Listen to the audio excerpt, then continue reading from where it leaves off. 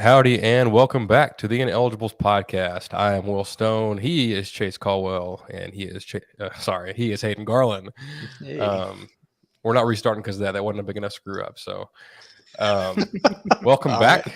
welcome back, everybody. Thank you for joining us. We apologize for last week. Pretty sure I had round 3 of the vid. Don't know, didn't take a test, but I'm well now. I'm firing on all cylinders, unlike some other things in my life that are not firing on all cylinders. But I'm feeling good. I hope you guys can say the same.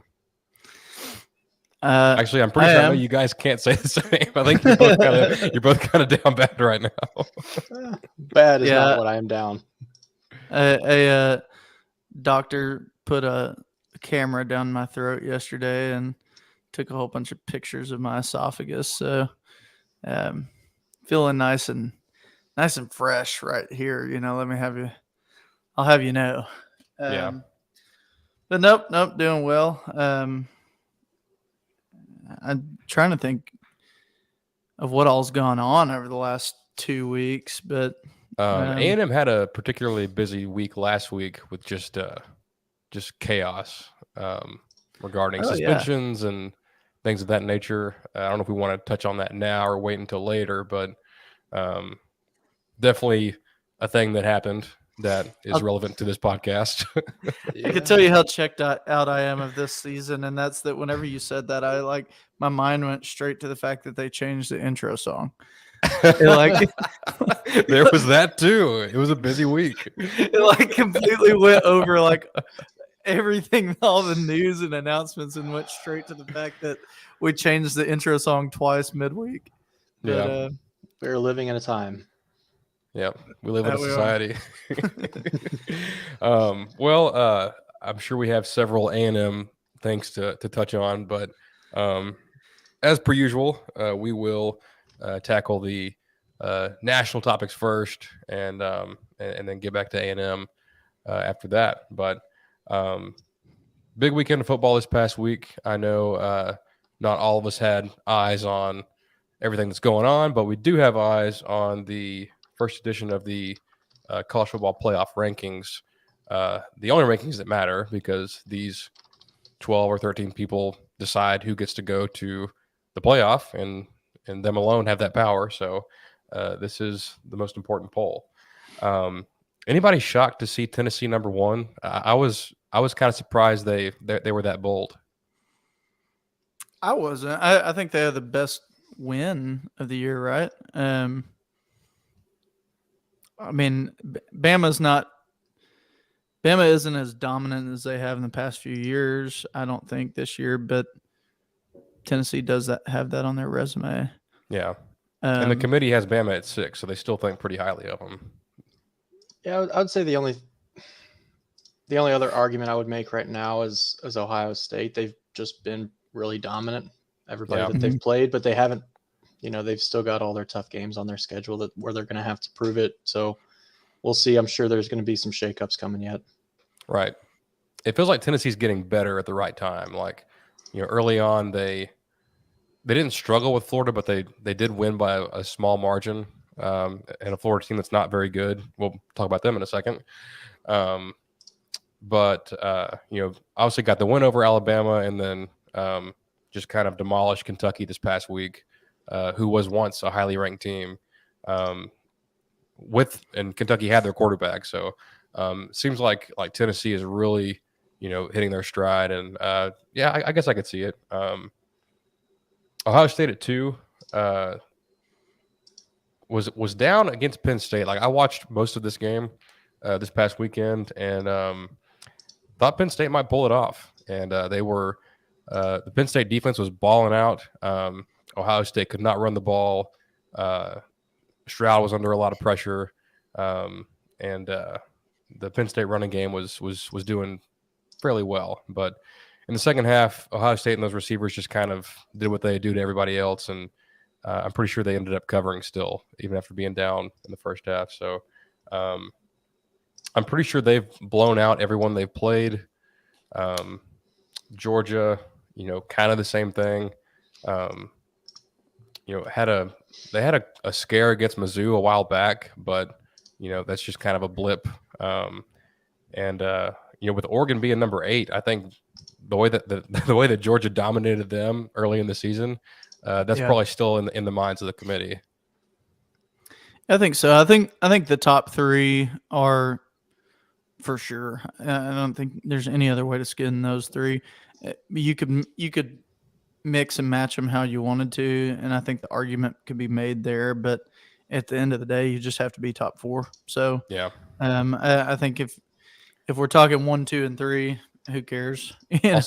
Also, number 1 and number 3 play each other this Saturday, so that'll sort itself out in very short order. I'm a little shocked, and I don't know if y'all are, that the committee took the number 1 and 2 matchup away from us by putting them 1 and 3. I thought that was strange too, because it doesn't matter, because one of them's going to lose and they're going to drop a few places anyways. So that, I don't know, that just didn't make sense to me. Do you think it was like a shot across the bow to CBS because like ESPN still owns the playoff, and they were like, "Screw you, CBS. We're not giving you a 1 versus 2. We're going to give you a 1 versus 3." It very well could have been. I'm not that big of a CFB anon conspiracy believer. Yeah.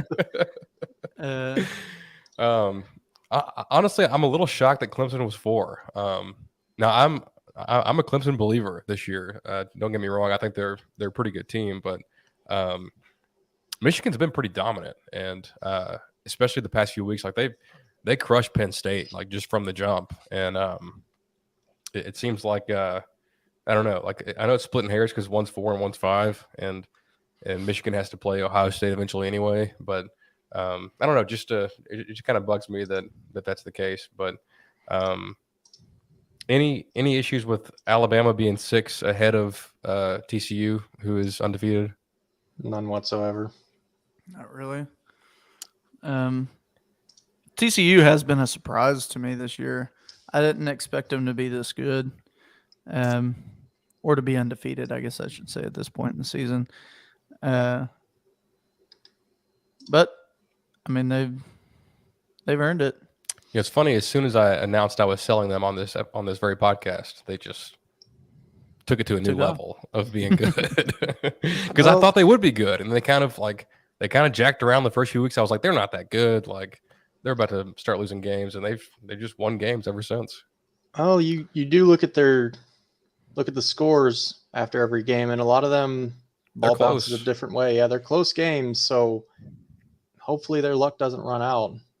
Not saying it's all been luck. Of course, you don't get to 8-0 with only luck, but you got to have a little luck to win that many close games.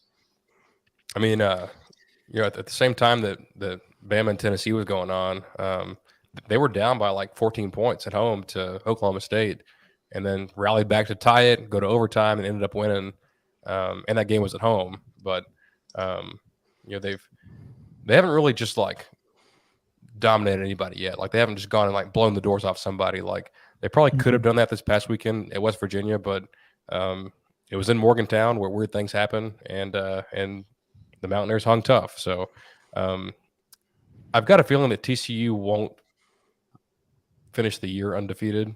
I just don't think it's very likely. And I like their team a lot. Like, hoping I see their offense wearing their offensive coordinator in maroon and white next year, if I'm being quite honest. But, I don't know. It just feels like they've been getting by, and I don't know, somebody like a Texas or a Baylor even, or someone like that could still get them. But man, now that I think of it, like, they don't have a lot of super tough games left. Like, they beat K-State, they beat Oklahoma State, they beat Kansas. I mean, that's the cream of the crop in the Big 12 right there. But Texas will be challenging. I believe they play that game in Austin. So, has there been a bigger surprise since week 1 than Oregon?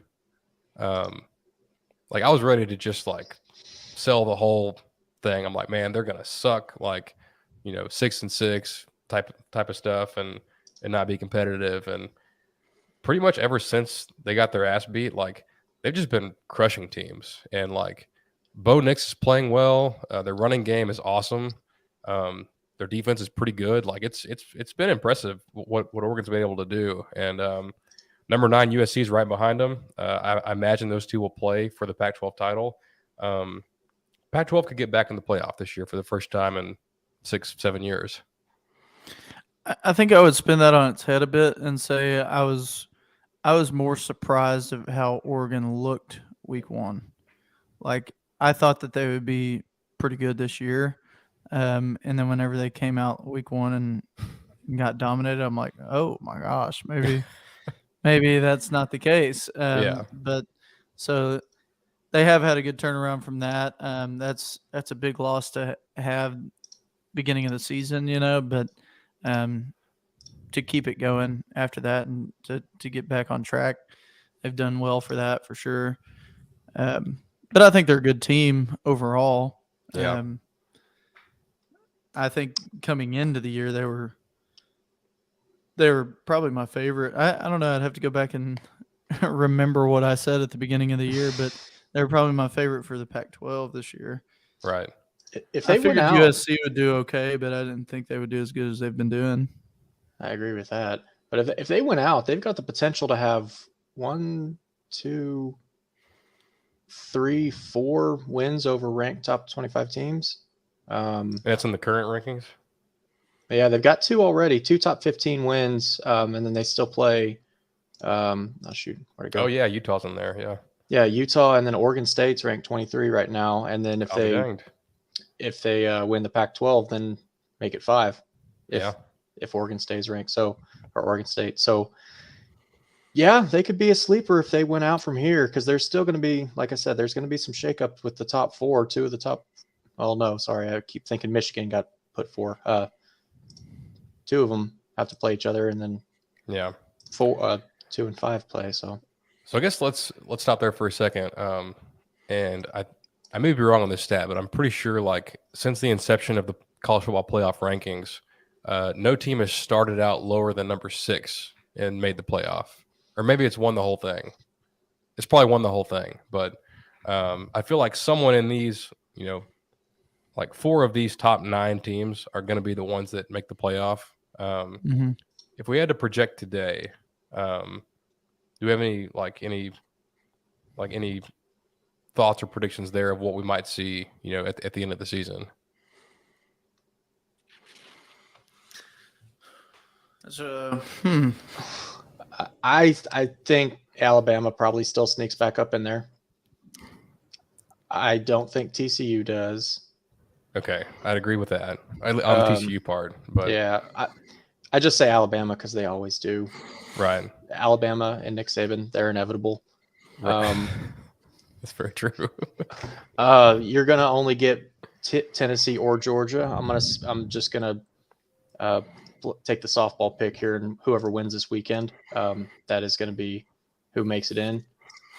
Ohio State or Michigan again, whoever wins. Yeah. Clemson's probably got the easy path, so I think that's my fourth. Clemson,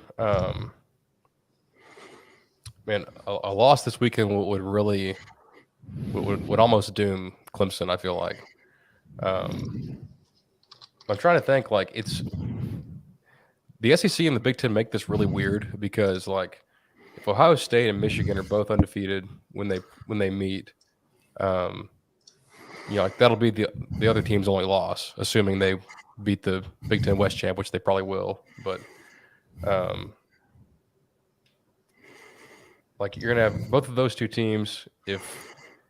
What if Tennessee beats Georgia and then beats Alabama, and you have 11-1 Georgia? Like, could they creep their way back in? Or I feel like Alabama doesn't get in because I've got a feeling that Georgia's going to win this weekend and then play Bama in the title game in Atlanta and then beat them, and then only Georgia goes and not Tennessee or Alabama. Maybe I think the only pathway where you actually see, well, I can't say the only pathway, but I think if Georgia beats Tennessee this weekend and then Bama beats Georgia in the SEC championship, then I could see you getting 2 SEC teams in there. Right. I also would say if Bama comes back and beats Tennessee, like let's say Tennessee wins out and Bama beats them in the SEC championship, then you may also have 2 teams at that point. But those are the only 2 pathways I see. Like I don't expect that you would see Georgia beat Tennessee and then beat Bama in the championship, and then there still be 2 teams that get in. Does that make sense? Oh, for sure. Yeah. Yeah. But if Bama loses in the championship game, they're not going to make it. Yeah, for sure. You know, I hate to say this because I've never really been a fan of Oregon, but I feel bad for Oregon. That first game is screwing them so hard. Like if Georgia makes it and Oregon's knocking on the door to be number 4, they're going to be like, well, we already saw this week 1 and you got obliterated. So why would we let you back in when you perform so poorly? Like if they had just, scored a single touchdown, it wouldn't be as bad, but it was 49-3, just, wire to wire, just getting their butts kicked. And I think it'd be closer if they played again today, but that's going to stick in the minds of the guys making the decisions here. And, if it comes down to, Oregon or a 12-1 Georgia team, 12-1 Georgia's going to get in. And, and honestly, you could see, and people that are not in the SEC or Big Ten would hate this, but I think there's a possible path of 2 Big Ten and 2 SEC teams getting in if there's chaos elsewhere. But you would need Clemson to screw up and Oregon or USC to bomb as well. And same with TCU. Yeah, there's a path there, but I think that one's unlikely, and everything has to work out just perfect. And even I don't think I'd enjoy that. I like seeing a bunch of schools that never play each other here. That's what makes the playoffs so fun for me. When you get, oh look, we've got a rematch of the game we saw 2 weeks ago. Yeah, doesn't do it for me. Honestly, and we can move on after this, but if I'm picking today, it's kind of what I've thought all along. I think this is Ohio State's year. Like what they've been doing without the best receiver in the world has been incredibly impressive. And if they get him back down the stretch here, like they're going to be impossible to stop on offense. And,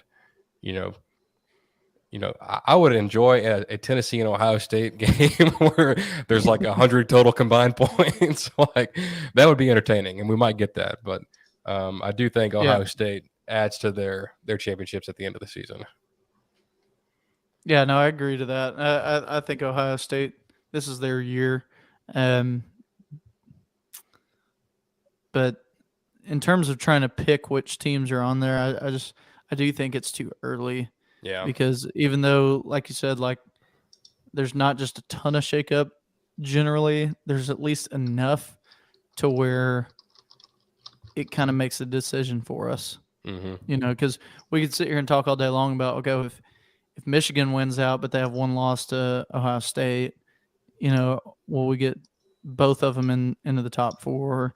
And then you could do the whole scenario between Georgia, Tennessee, Bama, and then, one of them lose to a team that nobody was expecting. And so I've got a scenario for you here.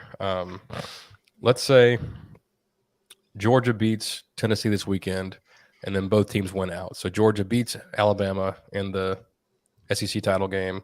Tennessee finishes 11-1. Obviously, Georgia's in. They beat 13-0. Let's say Ohio State beats Michigan. They're 13-0. They're also in. So you've got those 2, and let's say Clemson is also undefeated. How much weight does a 11-1 Tennessee team hold at that point? Like you have 11-1 Tennessee, 11-1 Michigan. Bama has 2 losses; they'd be out, and maybe a 12-1 Oregon or USC. Like someone's got to be 4th, and I would lean towards the Pac-12 champ just because they'd be a conference champ, and I don't know, but that's a weird conundrum that could take place. Yeah, I don't know. In that case, I would think that Tennessee would still get the nod. There's Yeah, I'd lean that Tennessee gets it. It just depends on how Oregon and USC's how the rest of their season shakes out. If they dominate the rest of the way down the stretch, I could see them taking the Pac-12 champ. But if they're just kind of fumbling the whole way through and kind of just stumble their way into the championship, I don't see that there's a case there for them. Again, Yeah. Oregon got smashed, blown off the map game 1 of the season. Yeah. They've done it before where, oh, your only loss is to the number 1 undefeated team. All right, let's give you a redemption chance. So I could see it happening. Either way, I mean, in a year where Bama doesn't make the playoff, that's a year that makes me happy. All things considered. And this is supposed to be a really good year for them. And I know people that live in glass houses shouldn't throw rocks or whatever, but Bama's got some issues, and I'm sure they'll rectify them because they're Bama, but they're not what they have been, and that's all I'll say about that. But number 10, LSU, surprising to me. I mean, not that they're there, but that they've played well enough to be there. If not for a catastrophe in week 1, they'd probably be even higher and only have 1 loss. Who else do they lose to? They lost to Florida State and Didn't Tennessee? they lose week 1 and 2? No, they lost week 1 and week Tennessee. 6. Tennessee beat them pretty bad. So obviously that's a quality loss in the eyes of the committee, and that's fair. But so sucks. I hate LSU being good. Don't like Brian Kelly. But we kind of knew, like, hey, all the offseason gaffes, he didn't forget how to coach. We thought they could be pretty good. Ole Miss comes in at 11. We'll touch on them some when we get to A&M. We can just kind of fly through the rest of these. UCLA at 12. I think they're pretty good, but Oregon kind of stuck it to them. K-State. Actually, let me stop at K-State. What K-State did to Oklahoma State this past weekend should have been rated R. Like, that was, I think they even said it was the largest shutout victory by a ranked team by someone that was ranked lower than them. So, like, Oklahoma State was ranked higher than K-State. K-State beats them 48-0. It was just a bloodbath. I mean, like, you don't see I think they were a top 10 team going into the game, and they scored 0 points. Like, K-State's a good team, but I mean, good God, it was like, I don't know if I should be impressed or just be sickened at what Oklahoma State is got going on. But I don't know. The Big 12 is an interesting place because one of K-State's losses is to Tulane at number 19. Shout out to the Green Wave. So they only have 1 Big 12 loss, and they're like, who's even still in this? K-State, Oklahoma State, and TCU. I guess Texas is still technically in, but you could have an all-purple Big 12 title game, and that's not what we predicted coming into the season. Sure. Utah's at 14. I think they're good, but not great.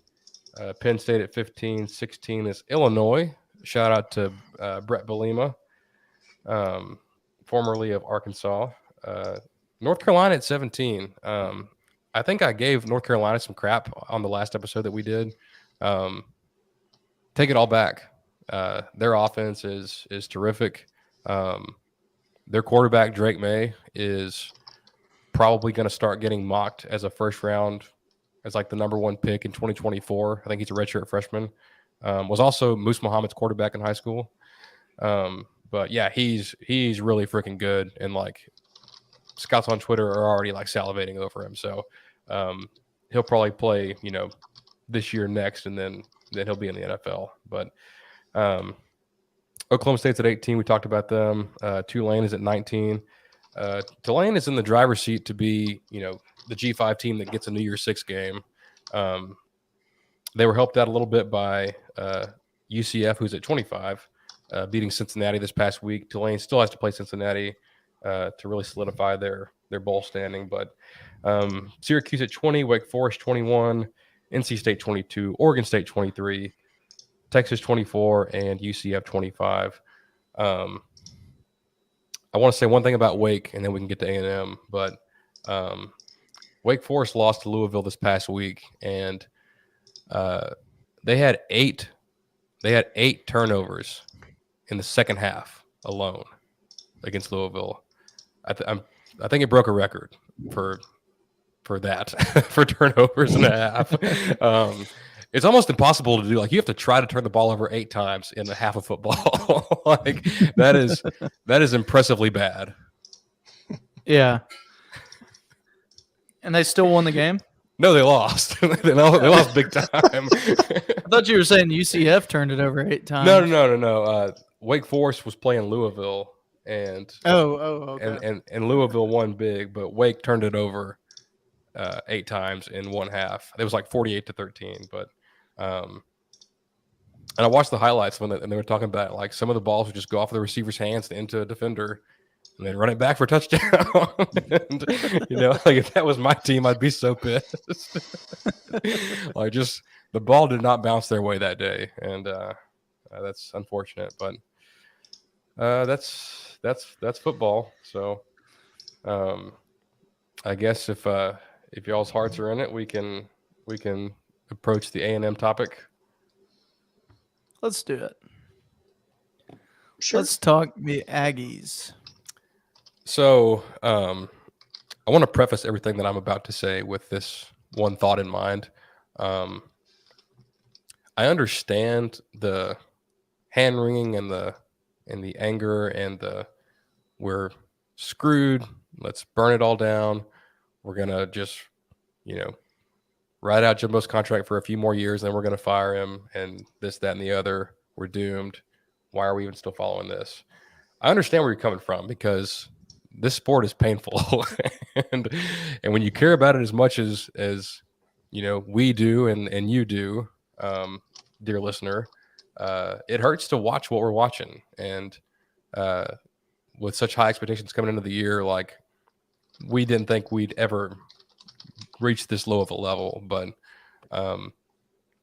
what I'm here to say is, in my only slightly biased opinion, is it's not time to burn it all down just yet. Now, if that time comes, I will let you know. I'll be like, hey, we're screwed. This is all going up in flames, and we all need to jump ship immediately. But I don't think we've quite reached that point, and I'll get into why in a little bit. But any thing you guys want to talk about from last week that was just an onslaught of we had the Yale leaders doing their pumpkin thing with the torches, and that blew up again, even though they do it every year. We had Power getting canceled.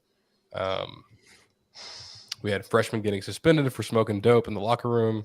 Like, everything happened last week that could have happened. And what's our reaction to that? Bad.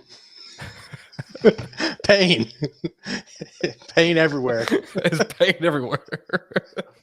I'm glad you know what I'm talking about. Do I still have that? Do I still have that clip? Where was the pain, Jameis? Yeah, just pain. It was pain everywhere. So we got to keep on pushing through and being resilient. Where was the pain, Jameis? Hey. Yeah, just pain. It was pain everywhere. So we got to pain everywhere. Hey, sorry, well, we got to keep pushing through and being resilient. Y'all heard Jameis. Famous inspirational words by the great prophet Jameis Winston. I'm gonna make that my ringtone. I love that clip so much. It was just pain everywhere. We got quite a bit to say. I think I couldn't be more disappointed in a football season than I am this year. Every single thing that I didn't expect to happen keeps happening, and it keeps getting worse and worse and keeps getting worse. And then it stockpiles on there. we've had crucial injuries at crucial positions. We're at this point just throwing guys out there to get more guys hurt because we don't even seem to have a team formulated. The strengths of our team are non-existent in a lot of ways. I'm sure there's at least some degree of give up. I mean, how do you not whenever you're 3-5 at this point? It's just not what if it was any other team, I would be looking at it and I would have zero hope for that team. I'd be like, man, like they're trash this year. So quite frankly, if you're a non A&M fan and you're going to call us trash this year, you're right. Yeah. Like there's no arguing that. You're not going to get an argument from me, because we when you look as good as we do on paper, when you have the amount of talent that we do, and not only on for our players, but our coaching staff too. Like we have a very talented coaching staff, and when you put all that together and just can't get anything done at all. There's games that, I mean, that's how I feel this year. That I can't remember a year that I felt this way since maybe like 2011, where like I'm watching a game and I'm like, even when we're up, oh, well, we're going to lose this game because we're just quite frankly getting outplayed. That's where I'm just sick and tired of seeing that, you know. I will say this: people who are very down on Jimbo, let's buy out his contract. Who are we gonna hire? Who are we gonna hire? You know, who is gonna be a better coach than Jimbo Fisher is? And I've said this since the very, very, very beginning, and I'm gonna stand by this. If we can't do it with Jimbo, we're never going to do it. So if you think that we need to buy out Jimbo's contract and go hire an up and coming coach to take over, okay, yeah, great. We'll go back to the Fran and Sumlin years and Sherman years. Is that good for you? Is that what you want? Because that's what you're going to get.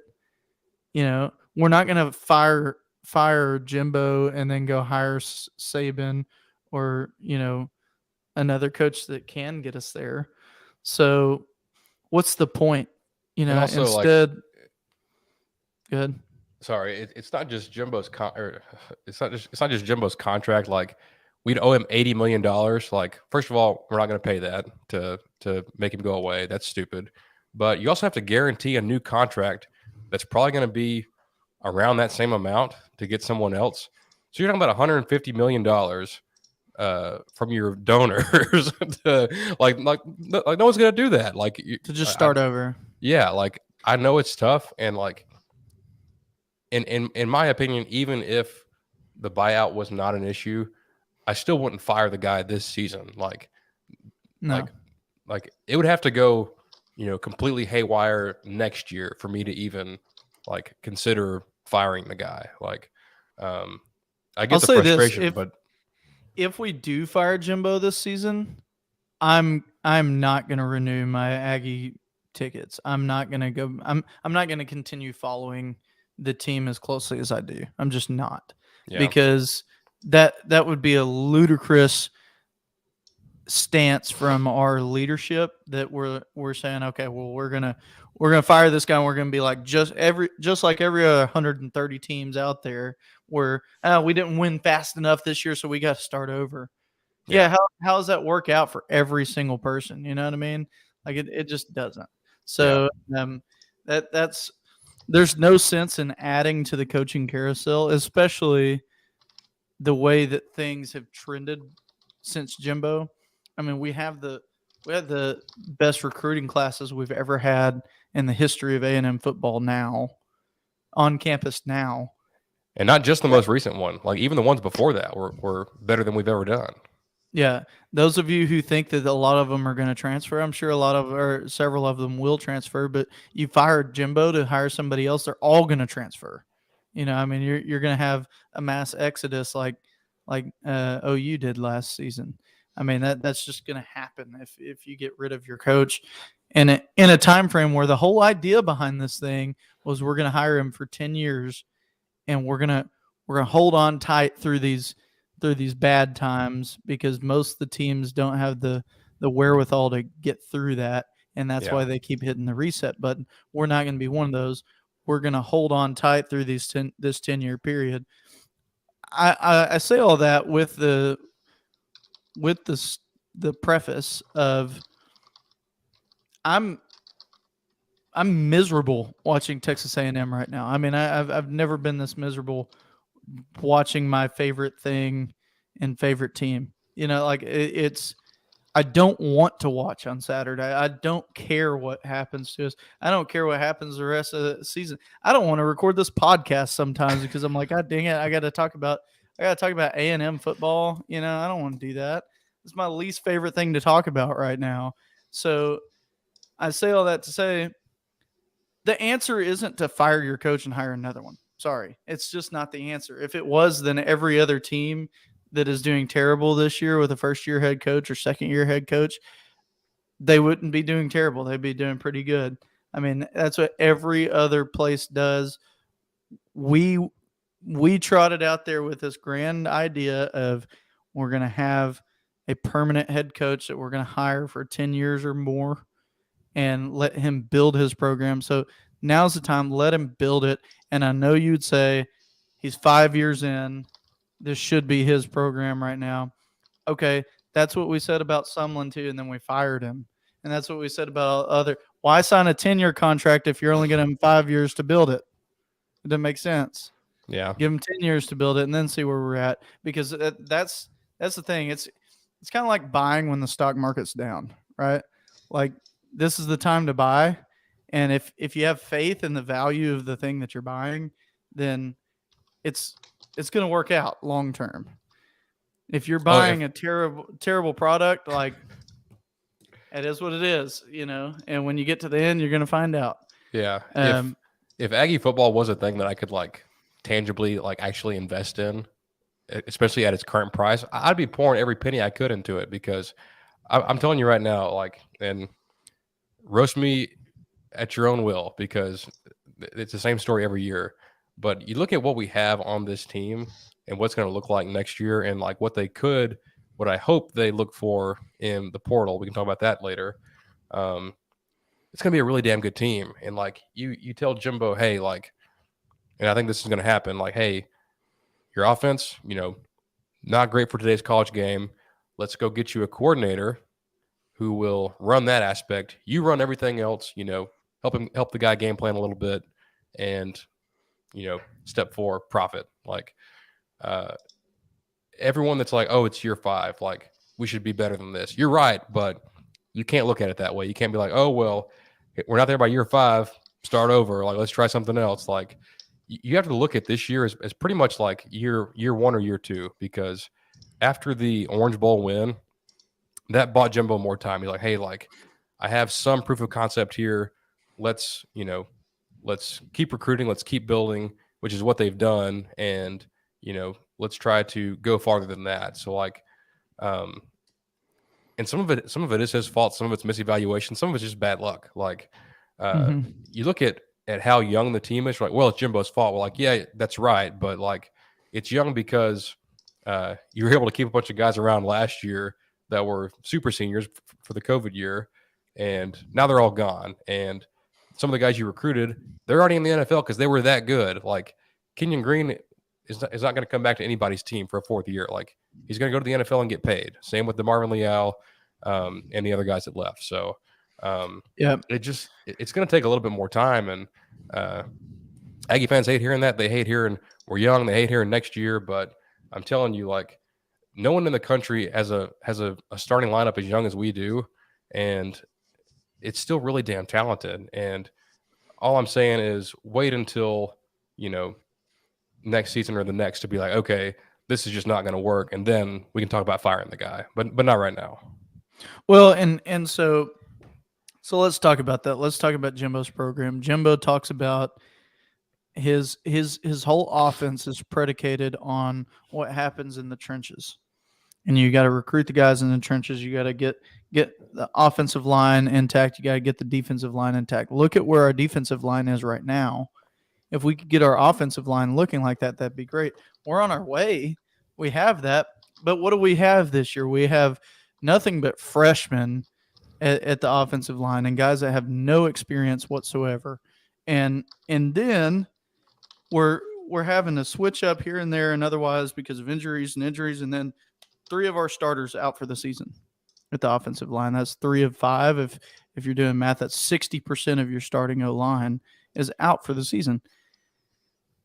When we're already kind of having big holes and problems at the offensive line, and when your whole offense is based around having a good, solid offensive line,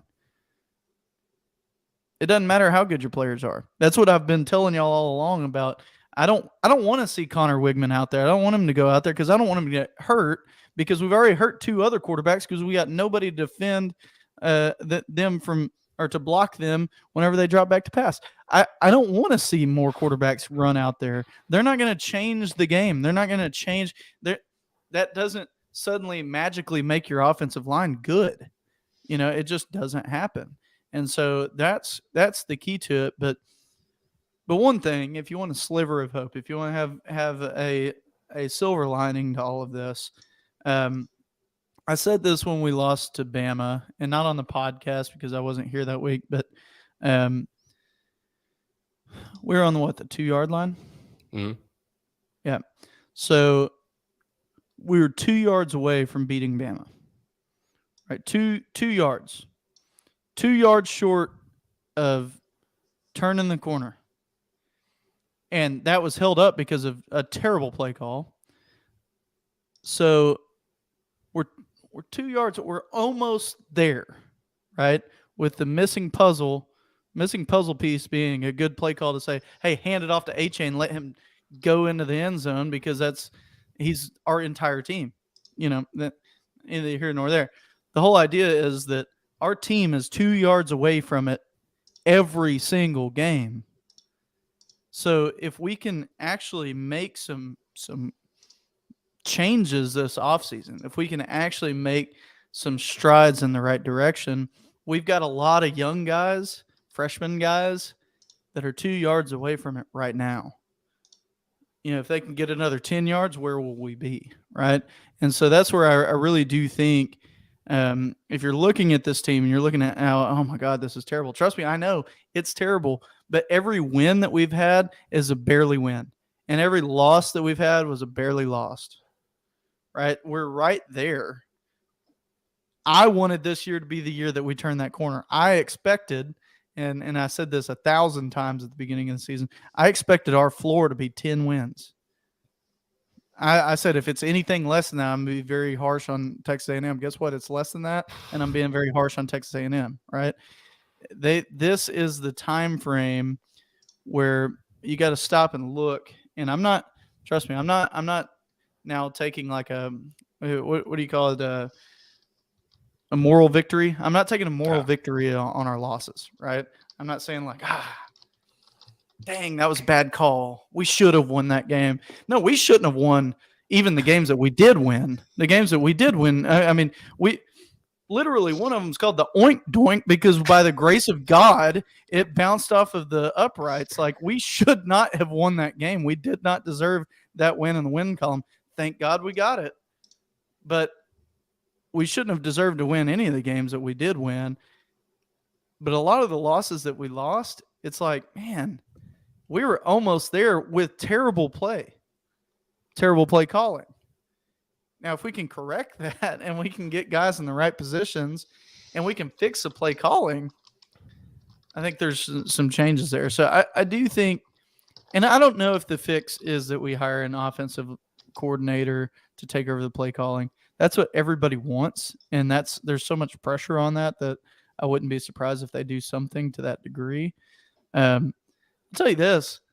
If we're not going to have somebody to take over play calling duties for the whole game, by God, we've got to get somebody to get play calling duties whenever we're down by 2 scores or whenever we're towards the end of the half or end of the game, right? Jimbo's clock management is the most miserable clock management I've ever seen my entire life.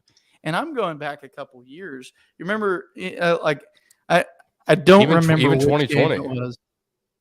Yeah, I know. Was it Florida? I think I was gonna I think Florida may be the one I was gonna reference. But there was one where we had it. It was second quarter. We were driving to kick a field goal at the end of the game or at the end of the quarter, and we didn't even get there because we couldn't call a timeout in time. The clock management was just awful. When I do remember against Florida, it's the end of the second quarter. We're driving down the field, and we're in the red zone, and like time is ticking off, and they can't get the play in.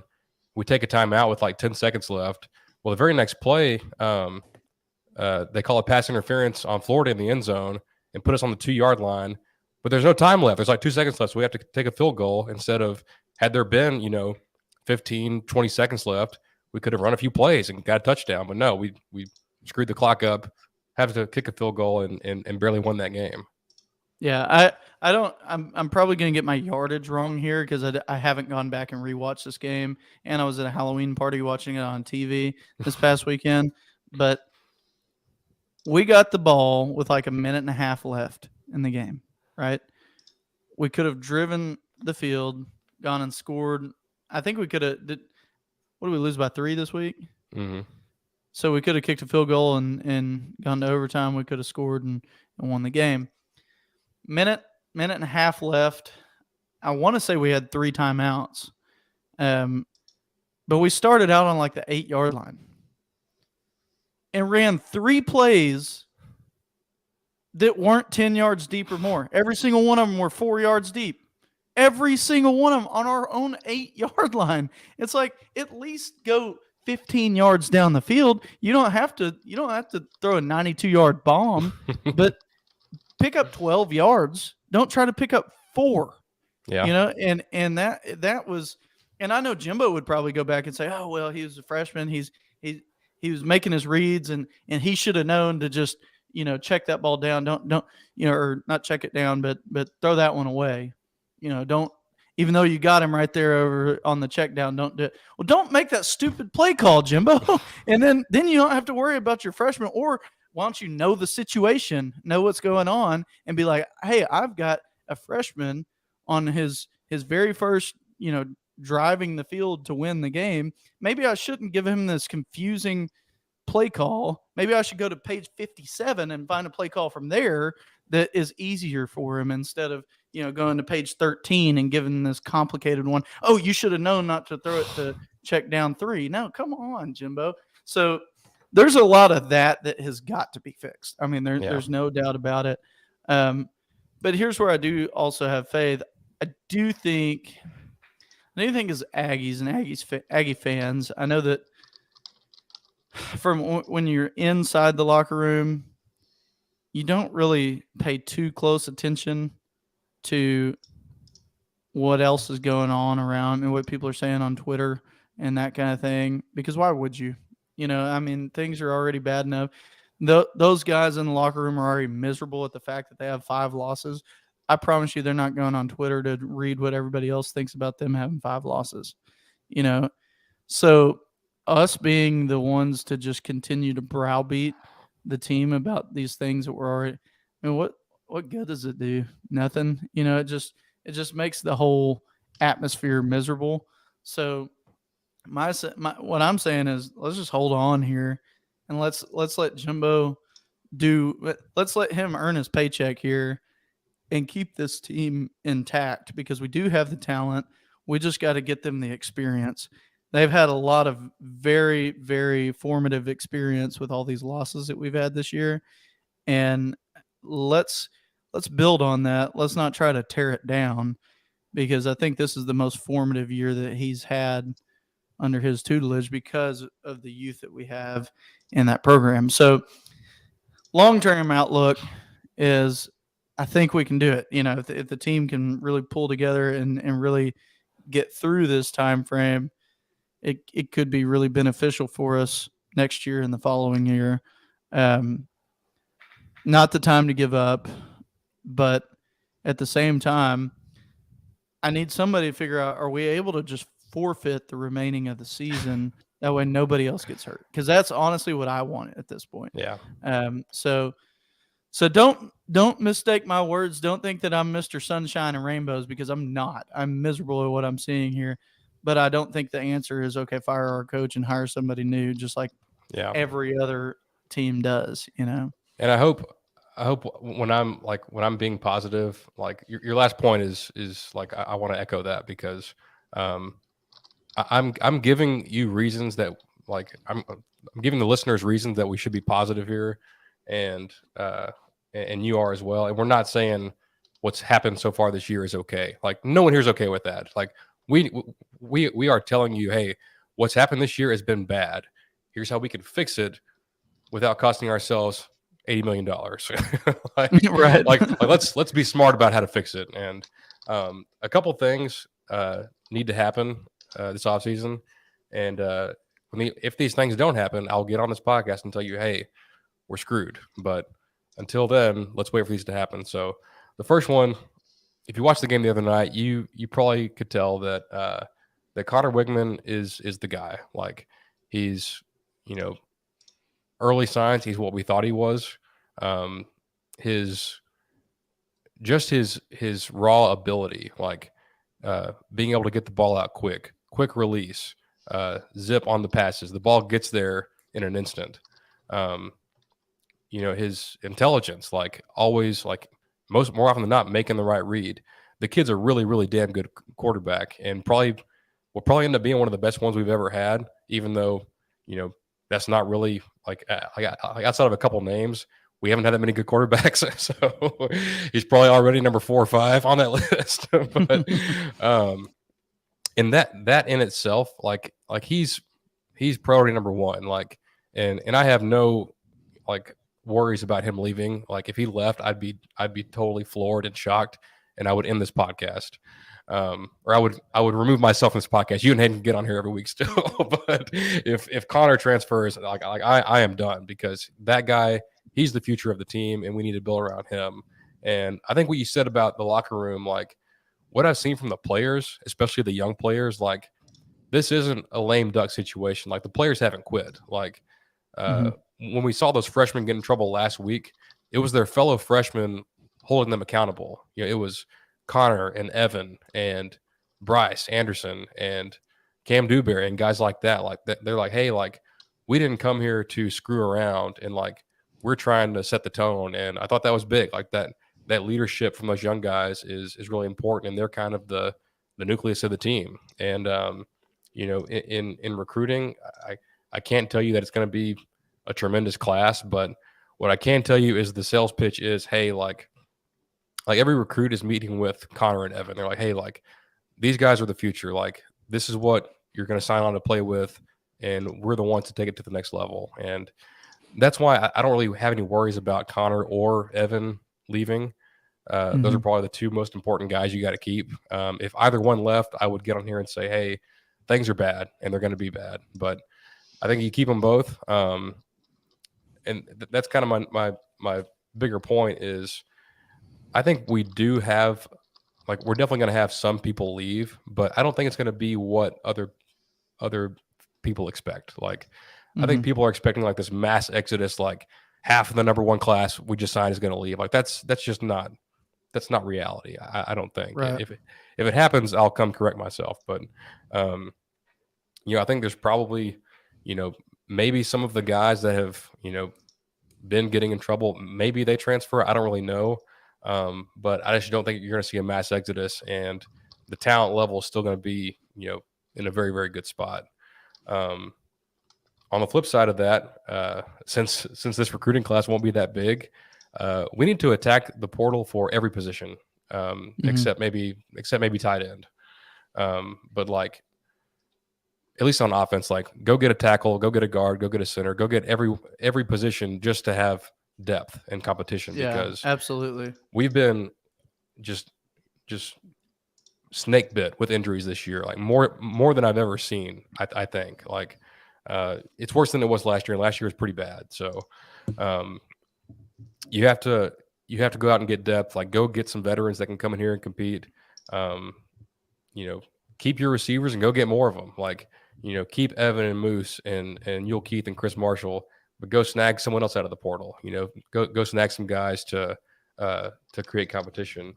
And you also need a quarterback, because if like Connor's going to start every game here for the next 2.5 years, King and Johnson are going to leave. Like, I'm not breaking any news here, but like, that's just what common sense tells you. And we currently do not have a commit in this current recruiting class at quarterback. So we need to find one of those for sure. And then, go get some guy out of the portal that's just like not going to screw it up if he has to go in the game, kind of thing. Yeah. So do those two things. Also, go get a linebacker in the portal. Go get 2 or 3 linebackers. And then thirdly, as we've talked about ad nauseum, do something with the offense. Like, I would prefer for Jimbo to just go hire a Garrett Riley at TCU or a Jeff Grimes from Baylor and just be like, hey, like, you're running the offense now. I'm going to help you. We're going to game plan, but this is your thing. I would much rather see that than Jimbo bring in a yes man that's going to just, be another Coley or Dickey and we get the same result. So if those things don't happen, if we do not change the offense in the offseason, if we lose Connor or Evan, and if we do not bring in anyone of note via the portal, then I will say, hey, things are going to be bad, and we may be looking at 2 more years of this and then making a change. But I'm optimistic. I think all those things happen, to be quite honest. And the portal was pretty wild last year. It'll probably be just as wild this year. And we're going to have spots. So go out there and be aggressive and improve your program through the portal and go get some veteran guys. But that's my spiel on A&M. Obviously we love A&M, or we wouldn't even be doing this podcast, but it's not 2017 and it's not 2011. Like, in those years, it was the time to make a change, like at the top, It was time for Sumlin to go. It was time for Sherman to go. When they fired Fran, it was time for him to go. Maybe they should have kept RC back in 2002, but I think this isn't over yet. You can't see my shirt. My shirt says "We ain't done yet." I know we've been the butt of everyone's jokes on social media. That's totally fine. You can talk crap to us, make fun of us all you want to. That's all fair. But what I'm saying is, I think next year and the year following, it's going to be a pretty damn good football team. It's going to be hard to beat us. So that's all I got to say about that. Yeah, no, I agree wholeheartedly. I think the best is yet to come. And I've hated to see, like, honestly, I feel like if it wasn't for the App State loss, that a lot of the sentiment that we feel right now about, the sky is falling, everything is bleak, you wouldn't have that. Yeah. And I think that, at least personally, that's how it is to me. Like, after App State, I didn't even care who we lost to. I'm just like, man, we lost to App State. Like, so, South Carolina was bad too, but it wasn't as bad as App State, And so I think that's a big part of it too, is that we were so quick to go from excitement, things are the best they've ever been, this is going to be a great year, to suddenly and so quickly, what is going on, and from there, I think that's what's caused us to feel this way. But now's not the time to give up in terms of, give up on the program. In terms of injuries, that's when I said something about can we forfeit the season? I'm just tired of everybody getting hurt. Yeah. We've had so many injuries, I mean, we lost a Nias, think about how many players that we've lost. I think people forget that. It's like there's such good players that we've lost that have gotten injured, that I don't want anybody getting injured anymore, and at this point in the season, it's like, don't get somebody injured so that we can go 6-6. Yeah. Like that just doesn't really look. But no matter the case, things are terrible. This has been a terrible season. This has not been what we wanted to see. But I don't think that this is the end either. I don't think we're going down here. I think if anything, this is just a case study as to why you need to make sure that you have veteran players at all points around your team at all times. Yeah. And that if you don't have veteran players that are, have been with your program all that time, you better go into the portal and find some. I think that's a lesson to be learned here. And that's just because we did have a few, Anias being one of them, and he got hurt, and we had several injuries, and they got buried too in the depth chart. So I expect that next year will be a lot better. It'll be night and day difference. I'm going to use Texas for a minute. They went 5-7 last year. They still had a good recruiting class. They've still had a relatively good year this year. So it's not, or who said it? I think Pierce. Yeah, Pierce mentioned Tennessee just a couple of years ago was terrible, and look at how great they are this year. So yeah, they went and got a 24-year-old quarterback. So yeah, this day that's what we ought to do. Yeah, well, you got to have somebody with a PhD to be able to understand Jimbo's playbook. So, if we had only gotten Hooker, it could have been so much better. We need to quit recruiting from high schools and start recruiting from graduate schools. But that being said, like that was good. The best is yet to come. I think we will have a much different season next year. And the other part is, I told you last year, like, this is the best time to be a rich school, with NIL being just a complete and total wild west, But hey, now that we have 5 losses on the season, I'm realizing, thank God for NIL being the wild west right now, because it's not going to kill our recruiting. So this is the perfect time to have this season to where hopefully we can go out and still have a great recruiting class, and then once they finally institute rules and stuff like that, we'll be back to 8-4 seasons at the least, and not wherever this one's going to end up. And honestly, like, all things considered, like, I bet A&M still signs like a top 15, top 12 kind of class. Like, it's gonna be good. We'll definitely discuss it when the time comes. But there's some really, really nice players that are in the class already. Also, you look up and, like, I know before the season we talked about guys that could potentially leave. Here's who's leaving, and if anyone else other than these 3 leave, I'll be shocked. But unless they're just out of eligibility. But Anias will be in the NFL. I don't think he's coming back. Would gladly welcome him back, but I just don't see it happening. A-Chain likely gone. And who's my other guy? Antonio Johnson. He's going to leave. Everyone else is coming back. Like, Jalen Jones ain't leaving. Damani too. Damani, yeah, he was one. Actually, I think A-Chain could come back. I may be crazy, but you keep saying that A-Chain's leaving. If I was A-Chain, I wouldn't. He was actually, yeah. I misspoke when I said A-Chain. You look at guys like Travis Etienne at Clemson a few years back, and Najee Harris at Bama. Like, those guys were going to go high in the draft had they left, but they didn't.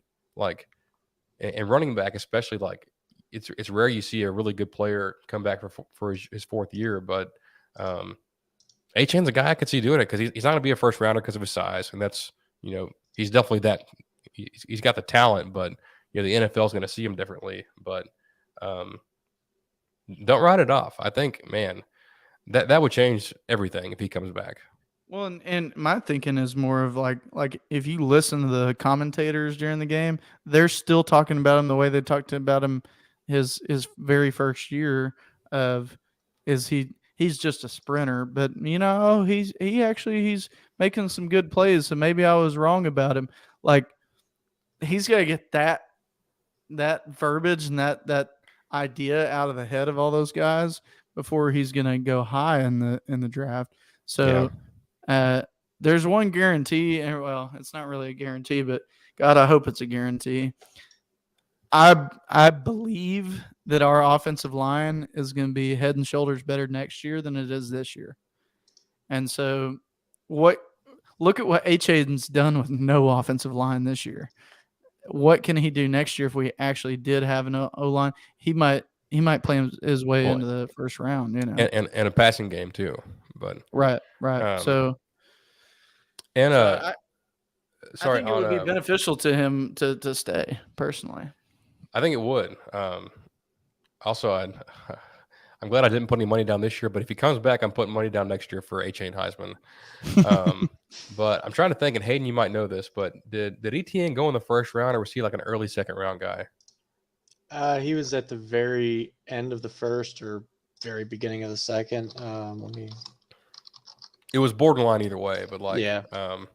Very few backs will go in the first round. Like I think Bijan will 25th next year. overall. 25th. Okay, so you didn't make it in there. I know Najee did 2 years back. Clyde was, I think, the 31st or 32nd pick. He was. But even guys like was Chubb? He wasn't. Hell, Derrick Henry wasn't. He's the biggest beast ever. He was a second round pick. Sorry, that's my running back tangent. But no, I love A-Chain. I'd love for the Cowboys to pick him. Would love to keep rooting for him. But would love it even more if he came back. And but like some of the names that you're gonna have, like Layton's not gonna leave. He's been hurt all year. Like that film is not good for him to go right now. Like he's coming back. You'll get Bryce back from injury. Jalen Jones is gonna be back. Tyreek Chappelle. I think Edgerrin Cooper comes back. He's been out the last 2 games. Actually, our 2 best defenders, when we talked in August, we talked about the top 5 players on this team, and one was Antonio Johnson and one was Edgerrin Cooper, and they both missed the last 2 games that we've lost, in part due to our defense. And that's just tough. Like, I know everybody, everybody's player gets hurt, but like what if Bama lost Will Anderson or something like that? Like your best defender, is missing games. But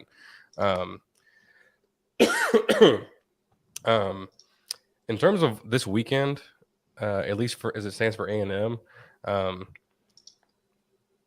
every loss has pissed me off, but I will get more pissed than ever if we actually miss a bowl game. That will piss me off to no end. Like I will get on here and like burn things to the ground because it's just not acceptable. That stuff happens at places like Texas. It didn't happen here. It shouldn't happen here. So if we don't beat Florida, I'm gonna lose it because we have to beat them to get to a bowl game because we're not beating LSU, in my opinion. So beat Florida, beat Auburn, beat UMass, get to a bowl game, get those extra practices, and go into next season. But lose this weekend, and it's not going to be a good feeling around here. Not at all. Getting to a bowl game goes exactly against Chase's philosophy of just forfeit the rest of the season, though. Yeah, that's one more game that we now have to play. Yeah. That is true. Then we don't have to get mad about guys sitting out. And however, it's extra practice, so yeah. I'd be okay with that. Yeah. Also, Florida's had some weird stuff go on. Their best defender, Brenton Cox, just like got kicked off the team this past week. He's like a future like NFL guy. Like I'm sure he'll still get drafted, but will not be playing against A&M. But we have to find a way. Really, the rest of the season, you've got to stop mobile quarterbacks. Like Florida's got one; it got a hell of a mobile quarterback, and Auburn's got one, and so does LSU. So they better get that part figured out because Jackson Dart tore us up on third downs this past week. I was going to say that's been our Achilles heel on defense all year long. Even back to Sam Houston. Yeah, no kidding. Well, to wrap us up here, we can hit the high notes for next week. See if I can just do top 25. Nope. Will not let me. But obviously the big one is Tennessee, Georgia, 1 versus 3. This is in Athens. 2:30 on CBS. Hit it earlier. Is anybody picking Tennessee to win this? I don't know. I could see Tennessee pulling it out. I really don't have a favorite in this one. I think it's a good matchup. Yeah. I don't really think I'm going to pick Tennessee. For the sake of the podcast, I'll go with Tennessee. All right, because I'm going to pick Georgia. I'd feel bad if we all picked Georgia and just ran on their parade. I like what they're doing. If we all picked Georgia, they'd probably lose. That's very true. Also, Hayden, are you missing the World Series right now? Is there a game tonight? What do you think's over on the other side of my screen? It's 5-0, top of the 5th. Who's up 5? Astros have scored 5 this inning. Very nice. Nice. You've It's over been very calm, all things considered.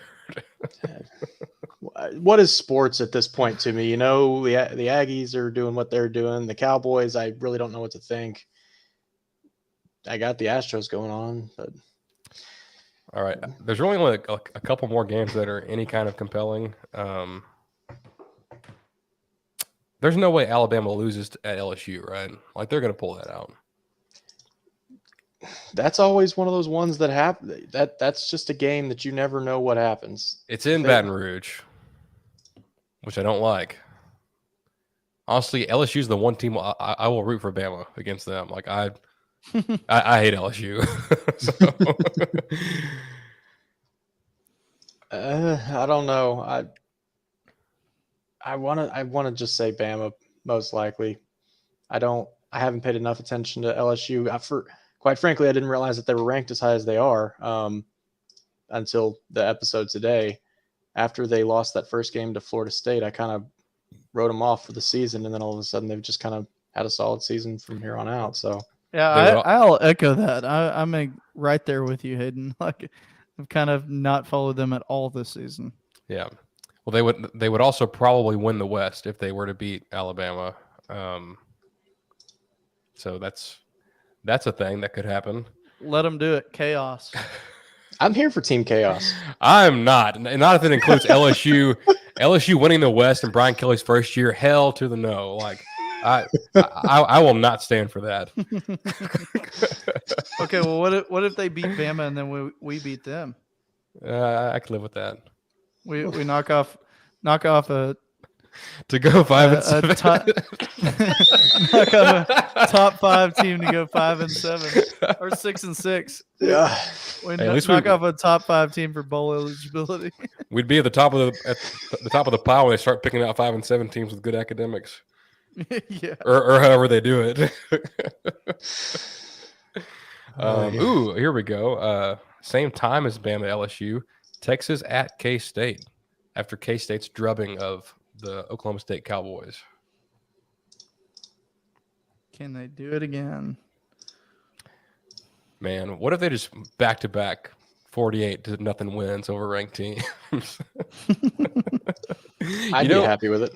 Even in Mac Brown's heyday, Mac Brown struggled to win in Manhattan, in the Little Apple in Kansas. So, I don't know. I'm picking the Wildcats there. No biases, just history. If K-State beats Texas, they've got a good shot at winning out. Not saying they make it into the playoffs or anything, but they'll have a good shot at playing in the Big 12 title game. I think the most likely matchup is TCU and K-State meeting up in the Big 12 title game. I mean, yeah. I think Texas would have to win out and hope for some chaos, but yeah, on as far as Texas goes, all their hardest games are like right now. Like they still have K-State, they still have TCU, they still have Baylor, they still have Kansas. Like I'm not saying they're going to lose all of them, but they're not going 10-2, in my opinion. Well, that would be really hard to do, seeing as how they've already lost 3 games. Well, I rest my case. I was like, I was just about to say something about the fact that they were the only 3-loss team ranked, and then you said 10-2, and I was like, maybe I got something wrong, and I went back and looked. I said, no, I was right. Man, what if they went 5-7 again? That'd make my heart happy. I was about to make a comment about like that's what we should start doing from now on is making sure that we can hit bets that no matter what won't happen. And so I was gonna say for us like, we won't go 4-8. At least we won't go 4-8. But then I realized I would have to right now to make that happen. I would have to say we won't go 2-10.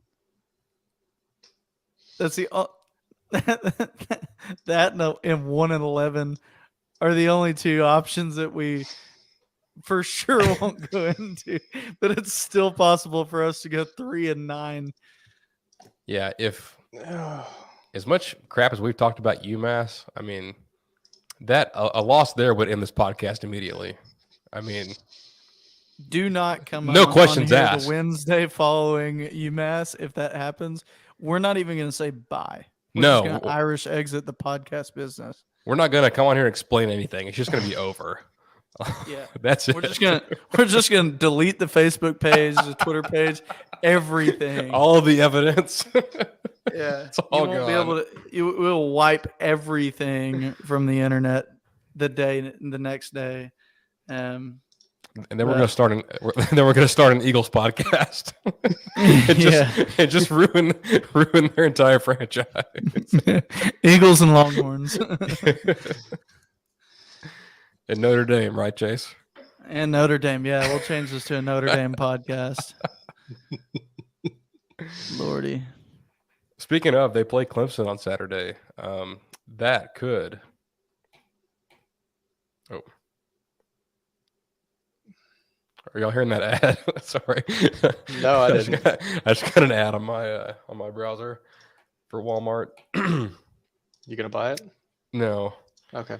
I'm not gonna buy Walmart. I've been short. Pretty good dividend. I know. Anything else as we get out of here after an hour and almost 20 minutes? I got nothing else to say except for bye. And it's opening weekend this weekend. Oh yeah.